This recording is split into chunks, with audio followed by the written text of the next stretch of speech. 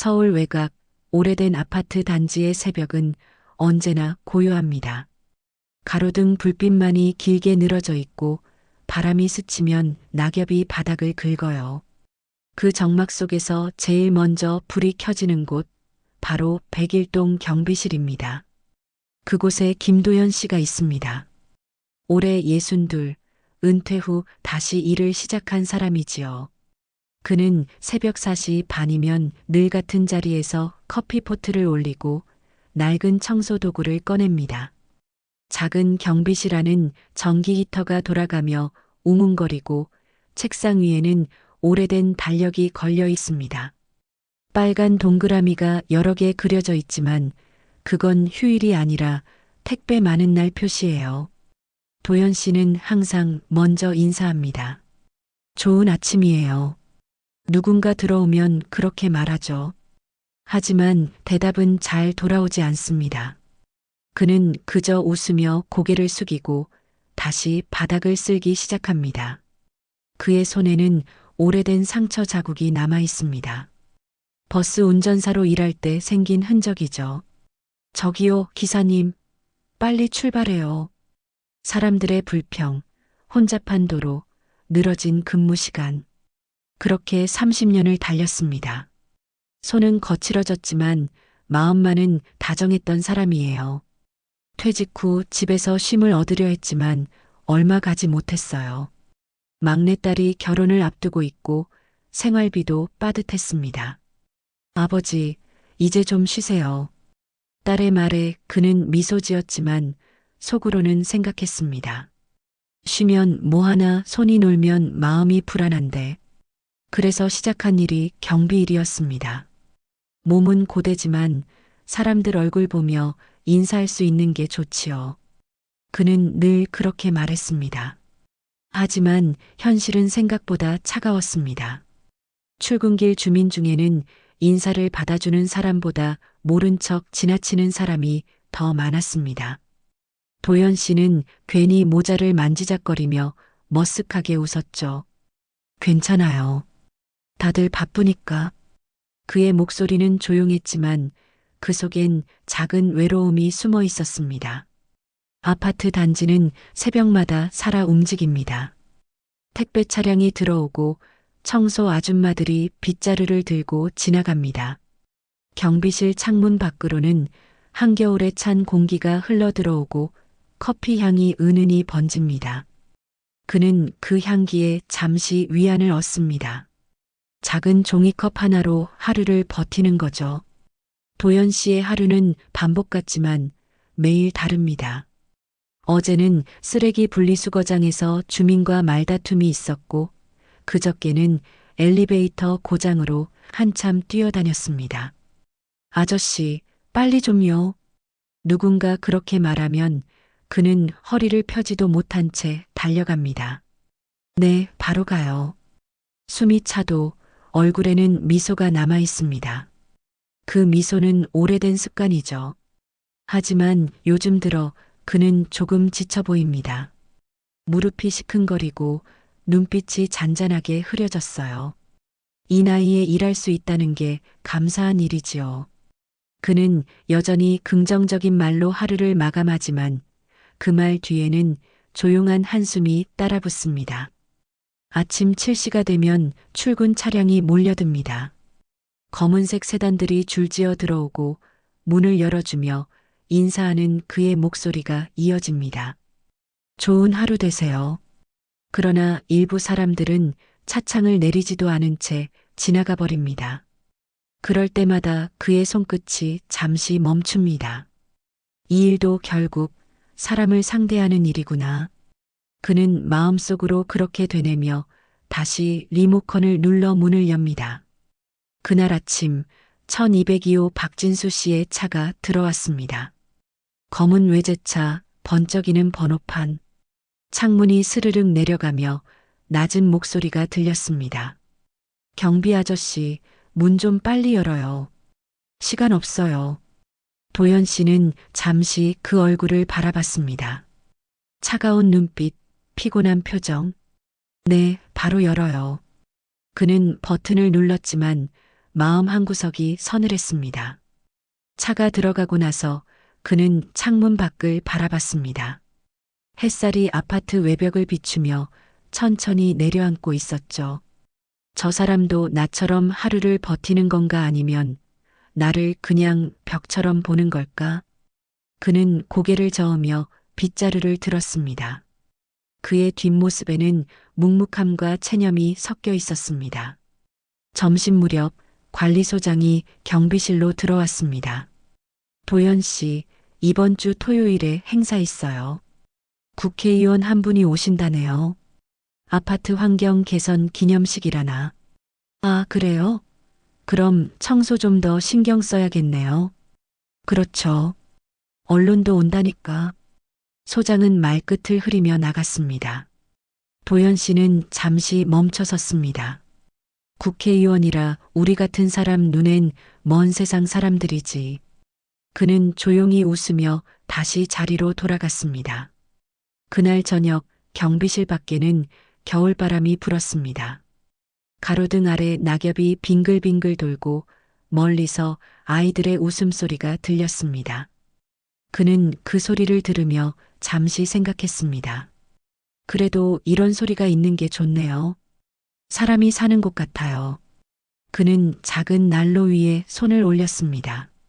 온기가 손끝을 감싸자 마음도 조금 따뜻해졌습니다. 하지만 그의 눈빛은 여전히 창문 바깥 아파트 입구를 향하고 있었습니다. 그곳으로 들어오는 차, 사람, 표정 하나하나를 묵묵히 바라보며 그는 매일같이 자신에게 말했습니다. 오늘도 괜찮아요. 아직 버틸만해요. 경비실 안달력이 한장 바람에 흔들렸습니다. 그 달력 위에는 토요일 날짜에 작은 동그라미가 그려져 있었습니다. 도연 씨는 그 표시를 바라보다가 조용히 미소 지었습니다. 토요일이면 국회의원이 온다 했죠. 그날은 무슨 날이 될까요? 그의 눈빛엔 알 수 없는 예감이 비쳤습니다.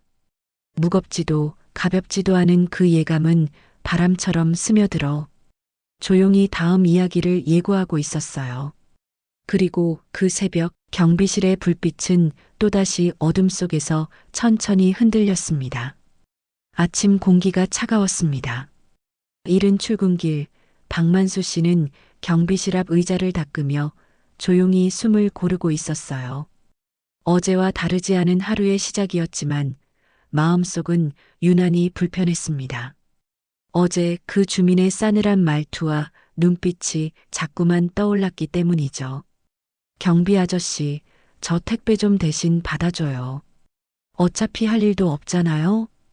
그 말 한마디가 자꾸 귓가에 맴돌았습니다. 할 일도 없잖아요. 그 문장이 마치 자신이 투명한 존재라는 걸 확인시켜주는 듯 했어요. 30년 넘게 직장 생활하며 쌓은 자존심이 하루아침에 무너지는 기분이었습니다. 만수 형, 오늘은 좀 얼굴이 어둡네요. 낯익은 목소리가 들렸습니다. 출근 중이던 윤석호 의원이 경비실 앞에 멈춰 섰어요. 평소에도 주민들과 스스럼 없이 인사하던 그는 유난히 따뜻한 사람이었습니다. 아이고, 의원님. 아니에요.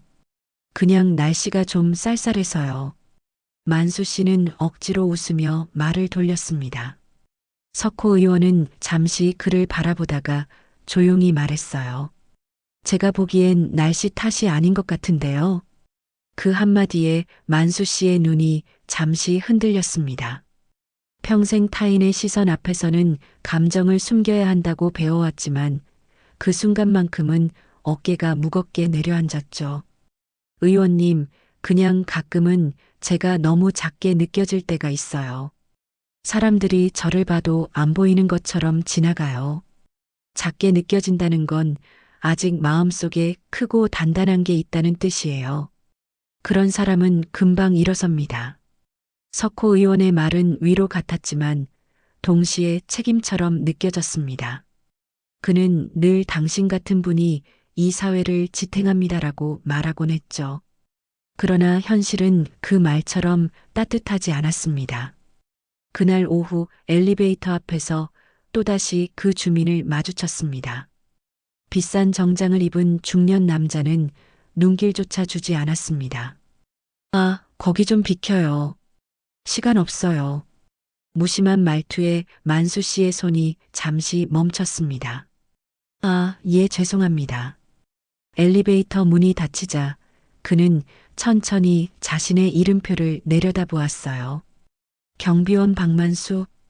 그 이름표가 왠지 낯설게 느껴졌습니다. 그는 자신이 지금껏 살아온 인생을 떠올렸습니다. 한때는 건설 현장 소장이었고 후배들에게 존경받는 위치에 있었죠. 하지만 회사를 정리하고 건강이 나빠진 뒤부터 인생은 급격히 달라졌습니다. 그래도 성실히 살면 되지 않겠나 생각하며 이 일을 시작했는데 사람들은 그를 직업이 아닌 신분으로 보았습니다. 밤이 깊어졌습니다. 아파트 외등이 켜지고 창문마다 불빛이 차례로 들어왔습니다. 그는 경비실 의자에 앉아 조용히 생각에 잠겼습니다. 내가 이 일을 왜 시작했을까? 가족을 위해서였지. 그럼 지금도 잘하고 있는 거잖아. 그런데 왜 이렇게 서러운 걸까? 그때 문이 열리고 석호 의원이 다시 찾아왔습니다. 커피 2잔을 들고 있었어요. 이 시간에요? 바쁘실 텐데. 지금이 제일 한가하죠. 솔직히 말씀해 보세요. 무슨 일 있었습니까? 만수 씨는 잠시 머뭇거리다가 그동안의 일을 조심스럽게 이야기했습니다. 자신을 함부로 대하는 몇몇 주민들, 그리고 그들의 시선이 마음에 남겨놓은 상처들에 대해 석호 의원은 말없이 듣고 있었습니다. 잠시 후 그는 커피를 내려놓으며 조용히 말했어요. 사람들이 직업으로 사람의 가치를 판단하는 사회, 그건 정치도 교육도 결국 어른들이 잘못 만든 세상이죠. 하지만 형 같은 분이 말하지 않으면 아무도 그걸 모릅니다. 그 말에 만수 씨는 눈을 피했습니다. 제가 뭘 할 수 있겠어요. 그냥 묵묵히 일하는 수밖에 없죠. 아닙니다. 그런 태도가 가장 큰 용기일 때도 있어요. 하지만 언젠가 그 침묵이 무너져야 할 때가 옵니다. 그날 이후 만수 씨는 조금 달라졌습니다. 아직 사람들의 시선은 차가웠지만 마음속에 작은 불씨가 피어오르기 시작했죠. 그는 스스로에게 묻곤 했습니다. 나는 여전히 나답게 살고 있는가? 며칠 뒤 관리사무소 공고문 앞에서 그 주민을 또 마주쳤습니다.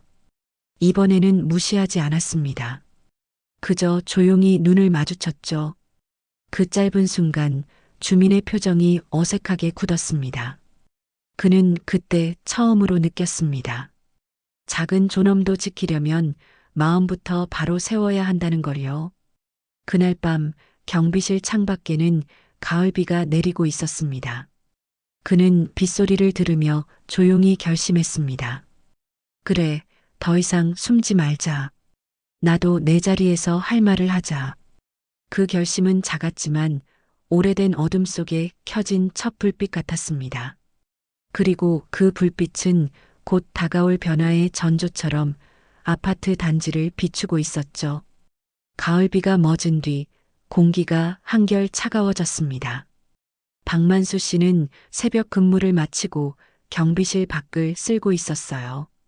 낙엽이 발밑에 수북이 쌓여 있었습니다. 빗물이 말라붙어 바닥은 얼룩투성이었죠. 그는 천천히 허리를 굽혔습니다. 습관처럼 아무도 보지 않아도 묵묵히요. 그날 오전 관리사무소 게시판에 새 공고가 붙었습니다. 경비 근무 재계약 심사 예정. 짧은 한 줄이었지만 그 문장은 마치 냉수한 바가지를 뒤집어 쓴 듯한 느낌을 주었습니다. 재계약이라니 벌써 1년이 다 됐나? 그는 순간 손끝이 떨렸습니다. 지난 1년 동안 큰 문제 없이 일했다고 생각했는데 최근 몇몇 주민의 불만이 떠올랐습니다. 경비가 택배도 잘 안 받아줘요. 저번에 인사했는데 못 들은 척 하더라고요. 사소한 말들이 쌓이면 진실보다 더 큰 소문이 되기 마련이었죠. 점심 무렵 관리소장 이 씨가 경비실로 찾아왔습니다. 박 선생, 잠깐 이야기 좀 합시다. 그의 표정은 어딘가 굳어 있었습니다. 요즘 주민 불만이 좀 있어요. 큰일은 아니지만 재계약 심사에 영향이 있을 수도 있습니다. 만수 씨는 조용히 고개를 끄덕였습니다. 제가 부족했나 봅니다. 앞으로 더 신경 쓰겠습니다. 저도 잘 아는데요. 요즘은 작은 민원에도 예민합니다. 조심하셔야 해요. 이 씨는 그렇게 말하고 서류를 들고 나갔습니다. 문이 닫히자 경비실 안이 더 좁고 어둡게 느껴졌습니다. 그날 저녁 그 주민이 또 나타났습니다. 이번에는 퇴근길이었죠. 손에는 커다란 쇼핑백이 들려 있었습니다. 아, 여기 좀 받아줘요. 내일 택배 올 건데. 만수 씨는 고개를 숙였습니다. 죄송합니다. 요즘 규정상 개인 물품 보관은 어렵습니다.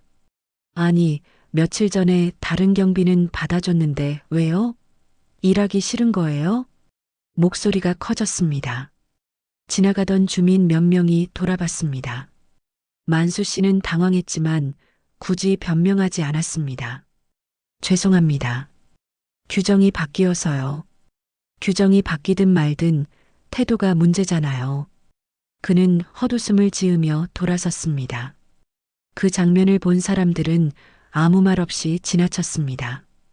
비난도 위로도 없었습니다. 그저 또 무슨 일인가 보다라는 표정뿐이었죠. 그날 밤 경비실 안에서 그는 손으로 얼굴을 감쌌습니다. 내가 잘못한 게 아닐 텐데 왜 이렇게 초라하지? 그는 오랜만에 자존심이라는 단어를 떠올렸습니다. 며칠 뒤 관리소에서 통보가 왔습니다.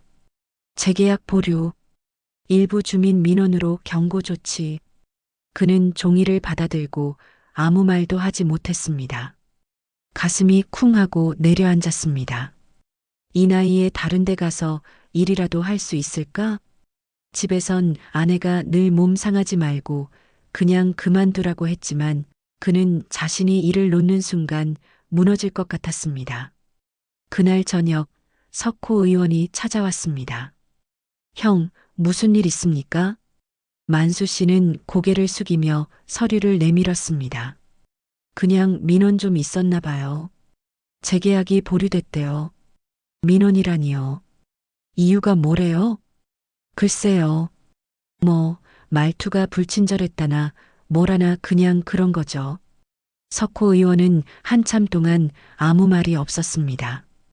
형, 이런 일은 절대 그냥 넘기면 안 됩니다. 부당한 건 부당하다고 해야죠. 그랬다간 더 미움받을 거예요. 저는 그럴 힘도 없어요. 그의 말에는 오래된 체념이 묻어 있었습니다. 힘이 없어도요, 목소리는 낼 수 있습니다. 저는 형 같은 사람들을 위해 일하는 사람입니다. 의원님, 전 그냥 조용히 살고 싶어요. 괜히 말 꺼냈다가 나만 이상한 사람 되잖아요. 석호 의원은 잠시 숨을 고르며 말을 이었습니다. 형, 세상이 조용히 사는 사람들 덕분에 굴러간다는 걸 저는 알아요. 하지만 조용히만 있다 보면 결국 누군가 또 상처받습니다. 이번엔 제가 도와드리겠습니다. 며칠 후 석호 의원의 사무실에서 작은 미담이 SNS에 올라왔습니다. 한 아파트 경비원의 묵묵한 헌신, 주민이 잊지 말아야 할 이름. 사진에는 낙엽을 쓸고 있는 박만수 씨의 뒷모습이 담겨 있었습니다. 댓글에는 우리 아파트도 저런 분 계세요. 저런 분들이 진짜 영웅이죠. 하는 글들이 달리기 시작했습니다. 하지만 그 반응이 곧 불씨가 되었습니다. 며칠 뒤 일부 주민이 관리소에 항의했습니다. 경비가 정치에 이용당하네. 괜히 의원이 나서서 시끄럽게 만들었어요. 그 소식은 순식간에 퍼졌습니다. 만수 씨는 그날 처음으로 두려움이라는 단어를 똑똑히 느꼈습니다. 자신이 원치 않았던 관심이 오히려 자신을 옥죄고 있었죠. 그날 밤 비가 다시 내렸습니다. 그는 경비실 불을 끄고 의자에 앉았습니다. 밖에서는 차가운 빗소리가 들려왔습니다. 괜히 말했나? 그냥 조용히 있었으면. 후회가 밀려왔습니다. 그러나 동시에 가슴 깊은 곳에서 작은 목소리가 들렸습니다. 그래도 옳은 일을 한 거잖아. 나 자신에게 부끄럽지 않잖아. 그는 조용히 창밖을 바라봤습니다. 어디선가 석호 의원이 했던 말이 떠올랐죠. 침묵이 무너질 때 세상이 조금은 달라집니다. 그는 한참을 생각했습니다. 정말 그럴까? 내가 한 말이 세상을 바꿀 수 있을까? 한참 후 그는 낡은 수첩을 꺼내 짧게 적었습니다. 작은 목소리라도 진심이면 누군가는 듣는다. 그 문장을 적으며 그는 알 수 없는 힘을 느꼈습니다. 비록 세상이 쉽게 바뀌지 않더라도 스스로를 지키는 마음만은 빼앗기고 싶지 않았습니다. 그날 새벽 경비실 앞에는 우산 하나가 세워져 있었습니다. 그 우산에는 메모지가 붙어 있었어요. 항상 감사드립니다.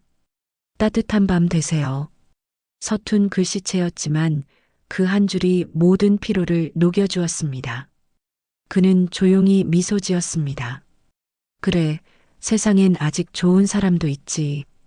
그 미소는 오랜만에 진심이었습니다. 그리고 그 새벽 그는 마음속으로 다짐했습니다. 이번엔 그냥 넘기지 말자. 나 하나쯤은 바보처럼 보여도 괜찮다. 나도 내 자리를 지킬 권리가 있으니까. 경비실 안에 꺼져 있던 불빛이 다시 켜졌습니다. 작은 전등 하나가 긴 어둠을 밀어내듯 밝게 빛났습니다. 그리고 그 빛은 곧 다가올 변화를 예고하는 듯 했습니다. 바람이 매섭게 불던 새벽이었습니다. 의원 사무실의 불은 아직 꺼지지 않았어요. 책상 위에는 커피잔이 식어 있었고 신문에는 커다란 글씨로 그의 이름이 찍혀 있었습니다. 공약 이행률 10% 신뢰 무너진 초선 의원. 그 문장을 바라보던 그는 손끝이 떨렸습니다. 내가 이렇게까지 될 줄은 몰랐어요. 그는 스스로에게 중얼거렸습니다. 처음 정치를 시작할 때의 다짐, 누군가는 해야 한다는 그 순수한 마음이 지금은 어디에도 남아있지 않았습니다. 며칠 동안 그는 의정 활동에도 지역 사무실에도 모습을 보이지 않았습니다. 보좌관은 걱정스러운 얼굴로 전화를 걸었죠. 의원님, 오늘 주민 간담회 있는데 그냥 한 번만 나가보시죠. 무슨 낯으로 나가요. 다들 나만 보면 욕해요. 그래도 나가야죠. 그분들이 의원님에게 바라는 건 변명보다 얼굴이에요. 그 말이 마음을 울렸습니다. 변명보다 얼굴. 그는 거울 앞에 섰습니다. 눈밑은 푸석했고 넥타이는 비뚤어져 있었죠. 하지만 오랜만에 거울 속 자신을 똑바로 바라봤습니다. 도망치지 말자. 다시 가보자. 그날 오후 그는 조용히 지역 주민센터로 향했습니다. 문을 열자 순간 안의 공기가 무겁게 느껴졌습니다. 사람들의 시선이 일제히 그에게 쏠렸어요.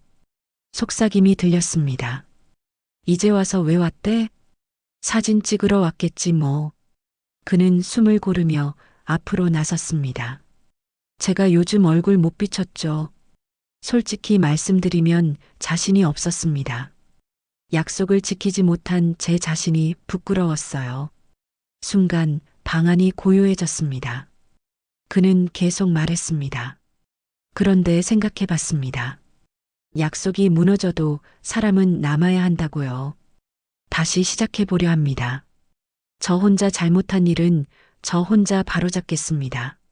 하지만 함께 고쳐야 할 일들은 여러분과 같이 하고 싶습니다. 뒤쪽에서 앉아있던 한 노인이 손을 들었습니다. 의원 양반 말은 좋은데 믿을 수 있겠소? 그는 고개를 숙이며 말했죠. 믿을 수 있게 만들겠습니다. 시간이 걸려도요. 노인의 눈빛이 잠시 흔들렸습니다. 그리고 이내 고개를 끄덕였죠. 그 작은 끄덕임이 그에게는 큰 숨통이었습니다. 며칠 뒤 그는 다시 지역을 돌기 시작했습니다. 시장 골목을 걸으며 주민들의 말을 들었어요.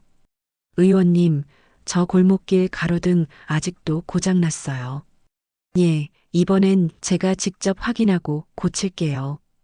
예전 같으면 보좌관에게 맡기던 일도 이번에는 직접 나섰습니다. 비 오는 밤 우비를 입고 시청 담당자와 함께 현장을 돌며 손전등을 들고 다녔습니다. 작은 일이었지만 사람들은 조금씩 달라졌습니다. 요즘은 그래도 얼굴 보이네. 그 사람 변하려고 하나 봐. 그는 여전히 힘들었지만 마음속에 작은 불빛이 생겼습니다. 사람은 행동으로 증명해야 한다. 그 문장을 노트에 적어두었죠. 어느 날 그에게 뜻밖의 편지가 한 통 도착했습니다.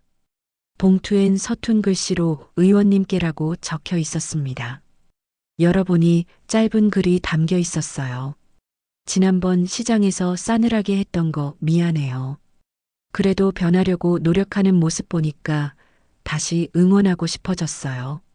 그는 천천히 눈을 감았습니다. 그 한 줄이 마음 깊은 곳까지 스며들었죠. 이게 희망이군요. 그날 밤 그는 지역 청년의 모임에 참석했습니다. 오랜만에 환한 표정을 지었죠. 여러분, 우리 이제 진짜로 같이 가요. 정치가 아니라 사람 사는 길로요. 젊은 청년 하나가 대답했습니다. 의원님 말보다 행동으로 보여주세요. 그러면 저희도 믿어요. 그는 고개를 끄덕이며 미소 지었습니다. 그래요. 이제부터 보여드릴게요. 몇 주 후 그는 공약 중 하나였던 독거노인 돌봄 예산을 직접 조정해서 통과시켰습니다. 보좌관들이 놀라며 물었어요. 의원님, 이렇게까지 신경 쓰실 줄은 몰랐습니다. 그분들이 제 초심이었어요. 제가 왜 국회의원이 됐는지 이제야 조금 알겠어요. 그날 저녁 햇살이 사무실 창문을 비쳤습니다. 그는 조용히 의자에 앉아 말했습니다. 모든 게 완전히 바뀌진 않았어요. 하지만 오늘 하루는 조금 덜 부끄럽습니다. 그의 눈빛엔 다시 생기가 돌았습니다. 이제 사람들은 그를 무너진 의원이라 부르지 않았습니다. 다시 걷는 사람이라고 불렀죠. 그리고 그는 마음속으로 다짐했습니다. 끝까지 가자. 이번엔 절대 도망치지 말자. 창밖에는 가을 하늘이 환하게 열려 있었습니다. 그는 그 하늘을 바라보며 조용히 미소 지었습니다. 이 길 끝엔 진짜 변화가 있겠죠. 봄비가 그치고 하늘이 맑게 개었습니다. 의원회관 창문을 열자 부드러운 바람이 들어왔어요. 그는 커피를 한 모금 마시며 조용히 생각했습니다. 이제 조금은 제대로 걸어가고 있는 걸까요? 지난 몇 달 동안 그는 하루도 빠짐없이 현장을 다녔습니다. 농촌 마을의 배수로 공사를 점검하고 작은 학교의 낡은 급식실을 찾아갔습니다. 사람들은 처음엔 반신반의했지만 이젠 그를 보며 인사를 건넸습니다. 의원님, 또 오셨네요. 이젠 믿음이 갑니다요. 그의 얼굴에는 피곤함보다 평온함이 묻어 있었어요. 누구보다 늦게 시작했지만 이제야 정치를 사람 사이의 일로 느끼고 있었습니다. 며칠 전에는 뜻깊은 일이 있었습니다. 그가 처음 추진했던 노인 돌봄 예산 확대 사업이 전국적으로 모범 사례로 뽑힌 겁니다. 보좌관이 환하게 웃으며 보고서를 내밀었죠. 의원님, 드디어 해냈습니다. 그는 조용히 웃었습니다. 우리가 해낸 게 아니라 주민들이 해낸 거예요. 그분들이 끝까지 믿어줬으니까요. 그 말을 하면서 그는 문득 예전의 자신을 떠올렸습니다. 회의실 안에서 큰 소리치던 시절, 기자 앞에서 허세를 부리던 순간들, 그때는 사람보다 명함이 더 중요했습니다. 하지만 지금은 손을 내밀어주는 한 사람의 마음이 훨씬 소중했죠. 그날 저녁 그는 동네 경로당을 찾았습니다. 노인들이 둘러앉아 고구마를 나눠 먹고 있었습니다. 그를 보자 반가운 웃음이 터졌죠. 의원 양반, 이리 와서 하나 먹어요. 오늘은 고구마가 달아요. 감사합니다. 이런 자리가 그리웠어요. 그는 자리 한쪽에 앉아 조심스레 물었습니다. 요즘은 어떠세요? 불편한 거 없으시죠? 한 할머니가 대답했어요. 이제는 괜찮아요. 우리 사는 동네가 좀 밝아졌잖아요.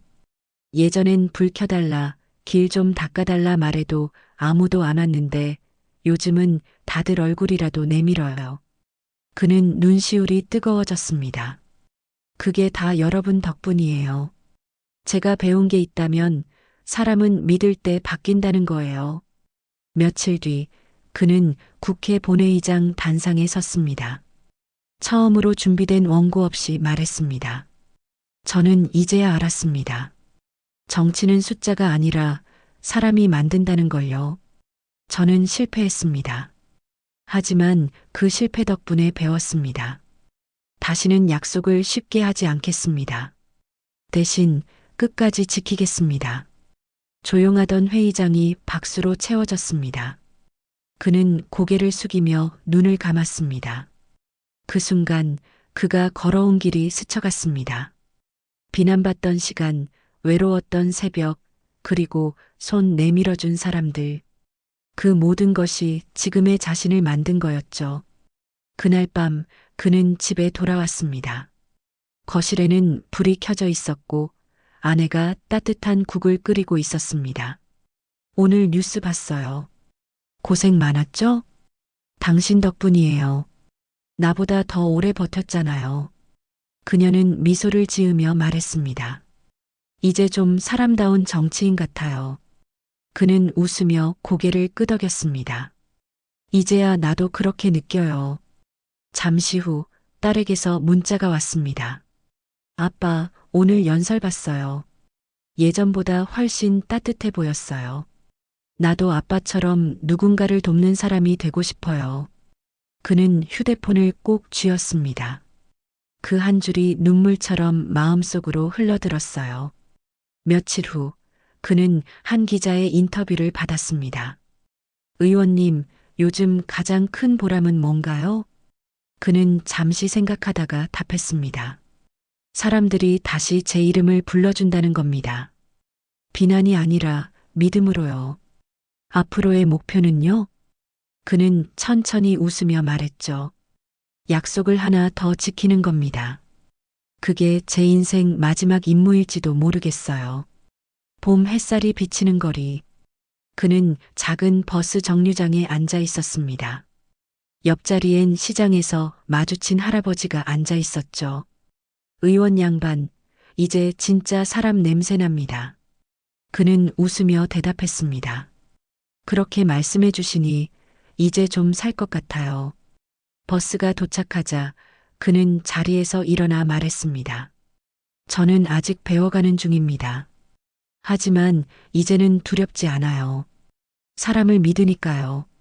버스가 멀어지자 거리에 잔잔한 바람이 불었습니다. 그의 길은 여전히 멀었지만 발걸음은 가벼웠습니다. 그는 정치인이기 전에 한 사람으로서 늦게나마 진심을 배웠습니다. 사람이 바뀌면 세상도 조금은 바뀝니다. 그 문장을 마음속에 새기며 그는 다시 걸음을 옮겼습니다. 누군가를 믿는 일 참 어렵죠. 하지만 그 믿음 하나가 사람을 바꾸고 세상을 조금 더 따뜻하게 만듭니다. 오늘 이야기 사람을 다시 믿다. 여러분 마음엔 어떤 장면이 남았나요? 우리 주변에도 이런 사람이 있습니다. 실수하고 넘어졌지만 다시 일어서서 사람을 향해 걷는 사람들이요. 그들의 이야기를 듣고 함께 나누는 일, 혹시 오늘 이야기에서 마음이 움직이셨다면 좋아요로 응원해 주시고 구독으로 다음 이야기도 함께 걸어가 주세요. 당신의 하루에도 작은 믿음 하나가 따뜻한 변화를 만들길 바랍니다.